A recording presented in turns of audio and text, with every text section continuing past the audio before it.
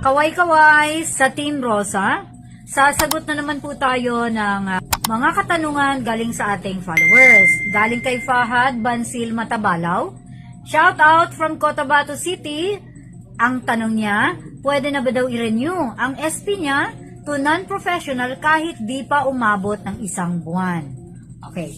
Bago kita sagutin, Fahad, shout out muna tayo kay Michelle Yupar Anonas ng Kingdom of Saudi Arabia, kay CJ G. Tan ng UPI, at kay Jeng Biagtan Cruz ng Concepcion Tarlac.